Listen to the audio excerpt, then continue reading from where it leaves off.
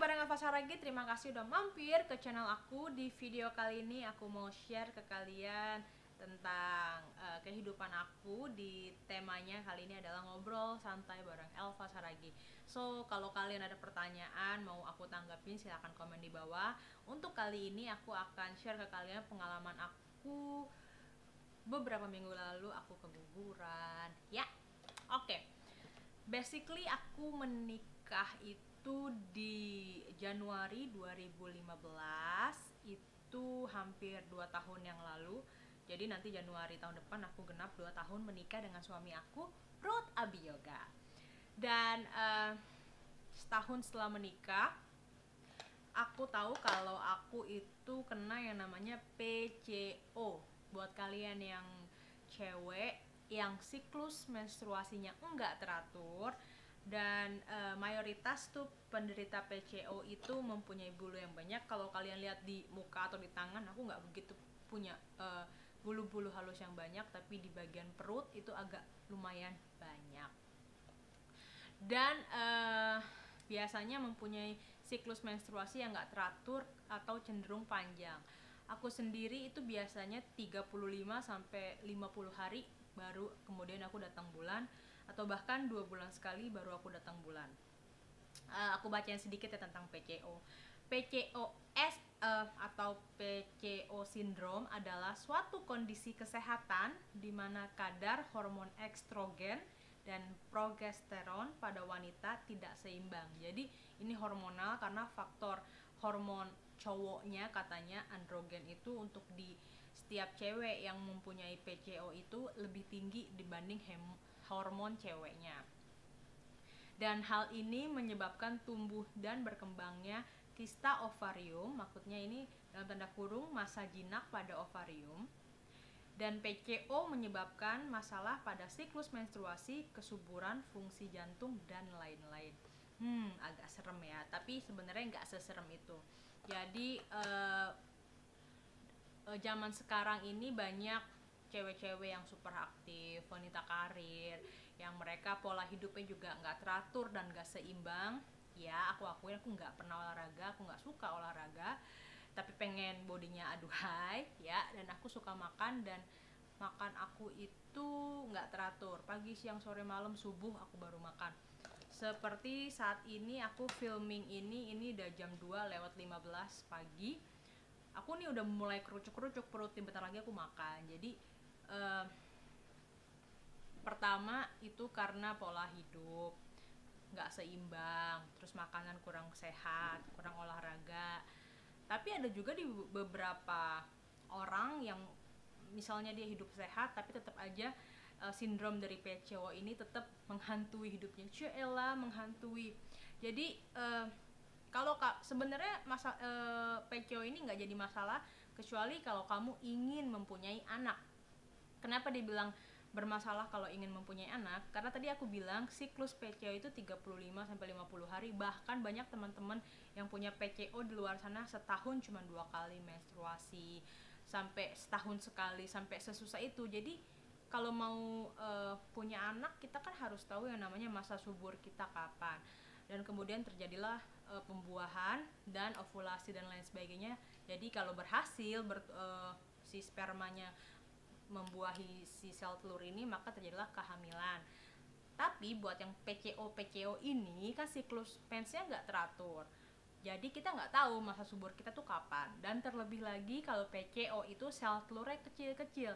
Jadi sel telur yang normal yang bisa dibuahi oleh sperma itu ukurannya 18 ke atas, 18 mm 1,8 cm ke atas. Sedangkan sel telur aku kalau nggak di treatment dia tuh kecil, cuman di bawah 9 mm. Jadi aku harus ngejar sampai 18 mm, jadi kayak cuman setengahnya.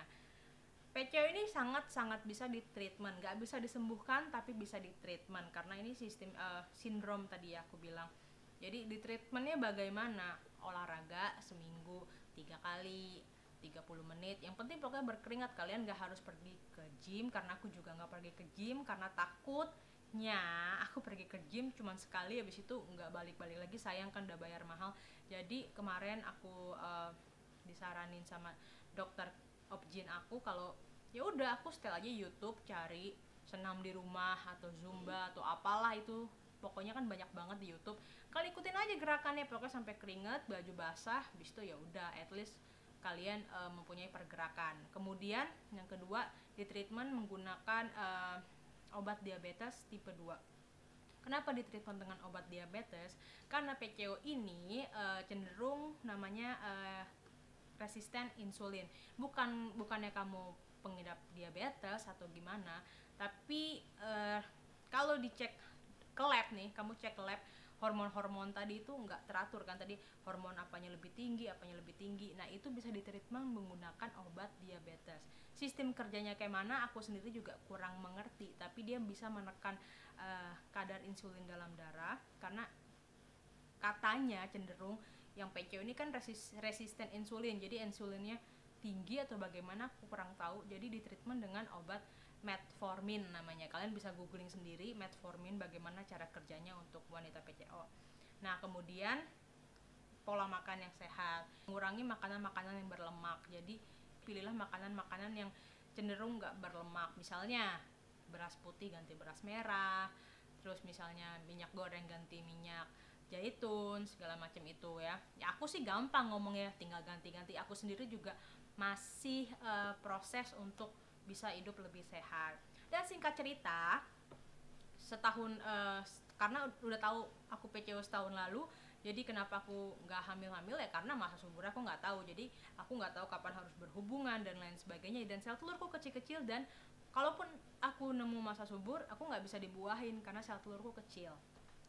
Dan di bulan Oktober tahun ini, jadi udah hampir 2 tahun menikah, aku coba kontrol ke Obgyn bagaimana untuk mentreatment PCO aku, karena jujur aja di awal pernikahan ya udah cuek aja, maksudnya ya udahlah ntar aja, toh nggak mengganggu kecuali kalau kamu mau punya keturunan yang tadi aku bilang.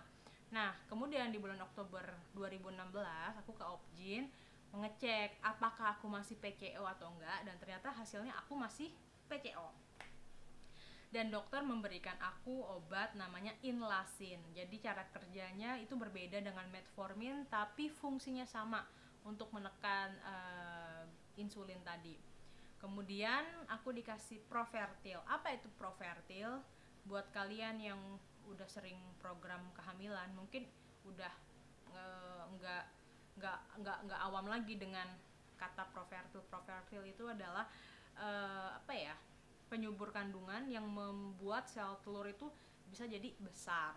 Jadi diminum di hari kedua haid sampai hari kedua, ketiga, keempat, kelima, keenam. Berarti pokoknya 5 hari. Jadi hari kedua, ketiga, keempat, kelima, keenam.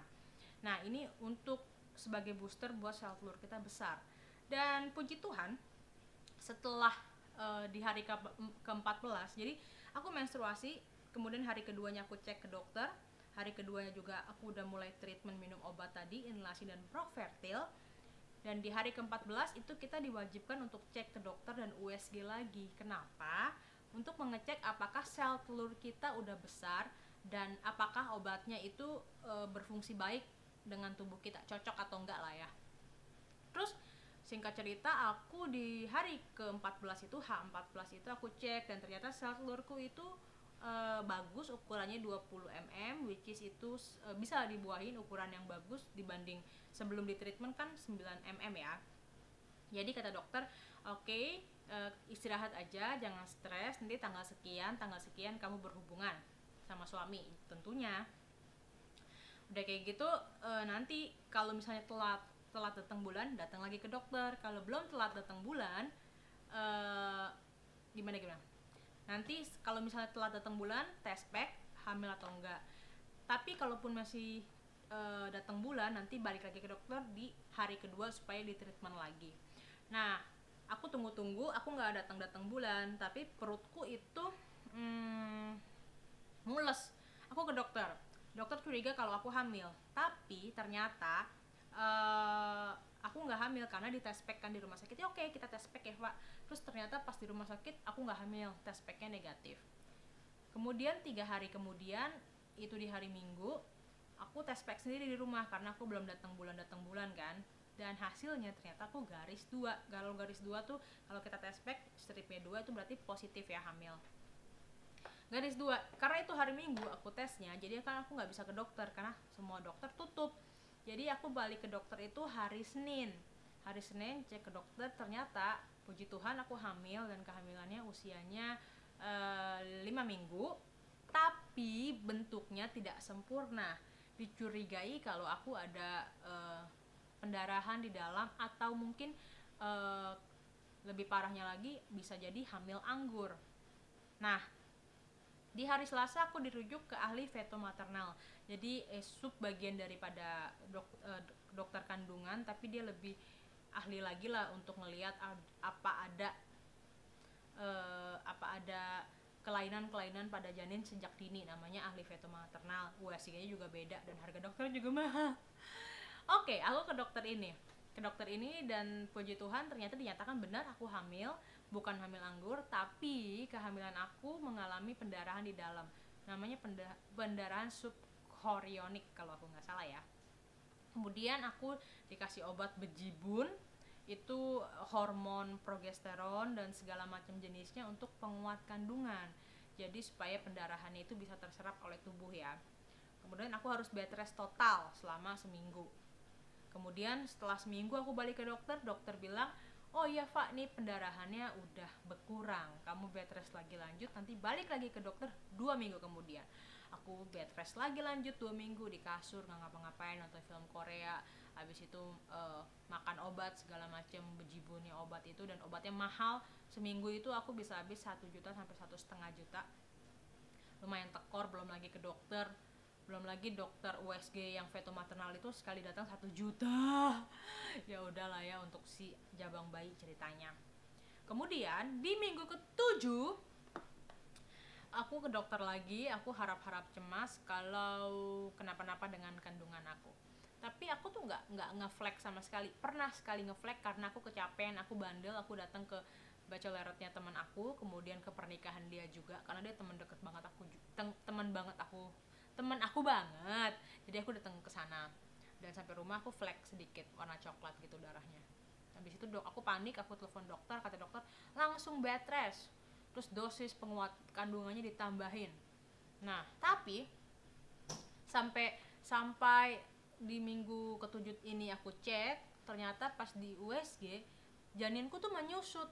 Harusnya gede misalnya berapa, ini menyusut nggak ada.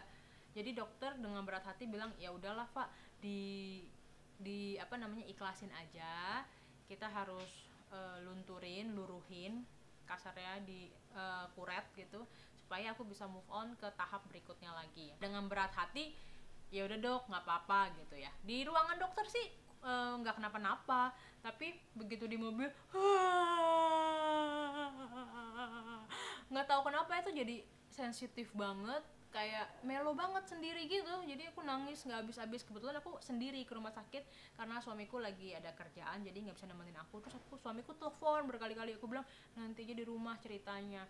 Terus dia bilang nggak bisa sekarang. Akhirnya aku WhatsApp karena nggak kuat telepon, jadi aku WhatsApp ceritain gitu. Terus aku nangis semalaman di kasur berdoa, hampir marah sama Tuhan, kenapa kalau misalnya belum dikasih, kenapa dikasih, kenapa jadinya begini. Tapi aku berdoa sama Tuhan, ya pokoknya yang terbaik, jangan biarkan aku kehilangan kepercayaan kepada Tuhanku.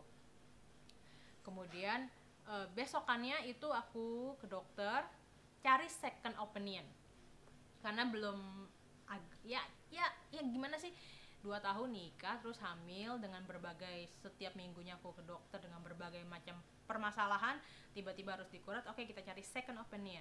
Aku ditemani adekku karena suamiku lagi-lagi nggak bisa ikut karena kerja. Ditemani adikku, kita ke rumah sakit ibu dan anak di kawasan Jakarta Timur, Jatinegara.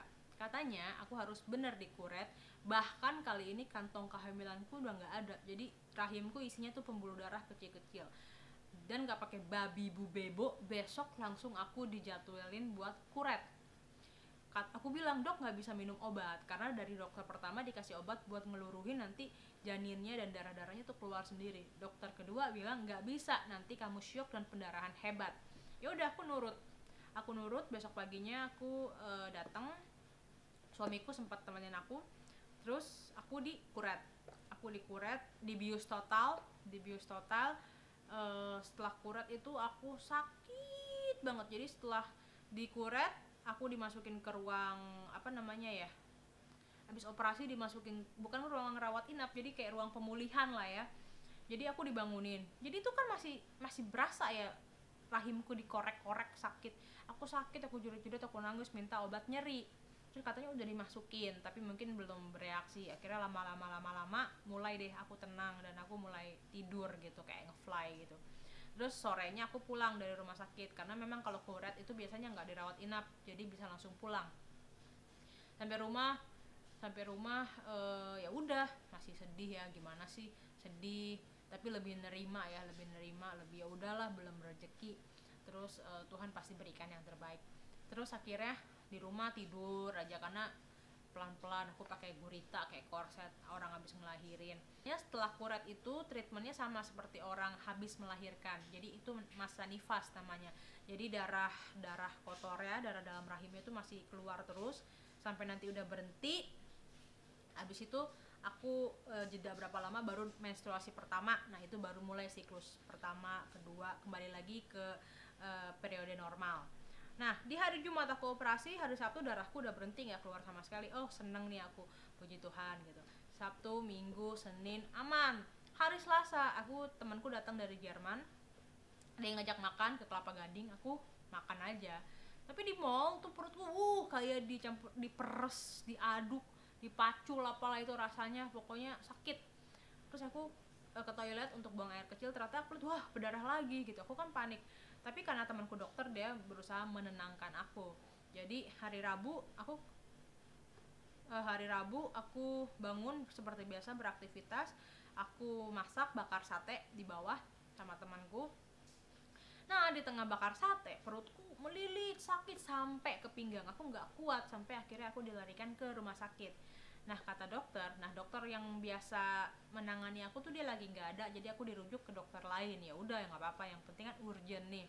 Katanya ditemukan sesuatu dalam rahimku. Lah aku kan panik, aku tuh kata dokter bisa mungkin jaringannya nggak bersih diambilnya, atau nggak mungkin numbuh lagi, atau mungkin penebalan dinding rahim, karena rahim kita kan tadinya kalau hamil tuh membesar, terus sekarang kembali ngecil dan dinding rahimnya kembali normal gitu.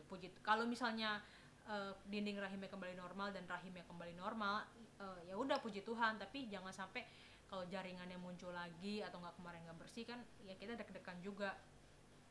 Terus akhirnya aku dan masalahnya itu adalah aku susah BAB awalnya, tapi mulai dari Selasa, Rabu hingga hari ini, itu hari Minggu aku filming ini, hampir seminggu ini aku mencret sehari 5 kali, segala macam, segala obat diare dan antibiotik nggak mempan. Aku juga bingung kenapa. Aku sih udah cek lab, cek feses, nanti hasilnya di beberapa hari berikutnya nanti aku akan update lagi.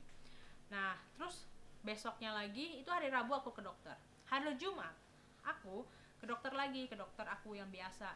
Aku kan kasih tahu kalau aku kemarin tuh hari Rabu sakit banget dok, nggak kuat, aku dilarikan ke rumah sakit ina itu. Hari Jumat ini aku harus check up ke dokter. Karena apa? Karena memang jadwal check upku tuh hari Jumat. Dan hasil patologi, apa itu pak hasil patologi? Jadi ketika dikuret itu segala darah dan jaringan-jaringan dalam perutku itu dimasukkan ke lab, dicek di lab apakah bahaya, apakah kenapa dan sebagainya. Puji Tuhan ini bukan hamil anggur dan dinyatakan kalau jaringan yang dalam perut aku tuh bukan sesuatu yang ganas. Karena kalau amit-amit hamil anggur tuh kamu harus treatment beda. Bahkan nanti kalau sampai memang kenapa-napa harus treatment dengan obat kemoterapi, karena sel-sel hamil anggur itu bisa berubah menjadi sel kanker. Ya amit-amit ya jauh-jauh. Apalagi sama dokter aku yang operasi aku, dia bilang dinding rahim aku itu menebal dan rahimku itu mau kembali ke bentuk seperti semula. Jadilah sakit, jadinya kayak perutnya diperes segala macam. Dan kemungkinan kenapa aku pendarahan lagi, dokter sih berasumsi itu aku mens gitu di hari Selasa itu. Jadi itu kembali ke siklus pertama aku lagi. Nah aku sih belum tanya ya, setelah operasi kuret ini kapan kita bisa punya anak lagi, maksudnya plan program hamil lagi, aku belum tanya. Tapi dari blog-blog atau bacaan yang aku baca sih bisa 3-6 bulan ke depan misalnya kamu udah mendapatkan siklus normal baru bisa program hamil lagi. Kenapa? Kan rahim kita tuh baru luka, jadi biarlah dia pulih dulu kasarnya gitu.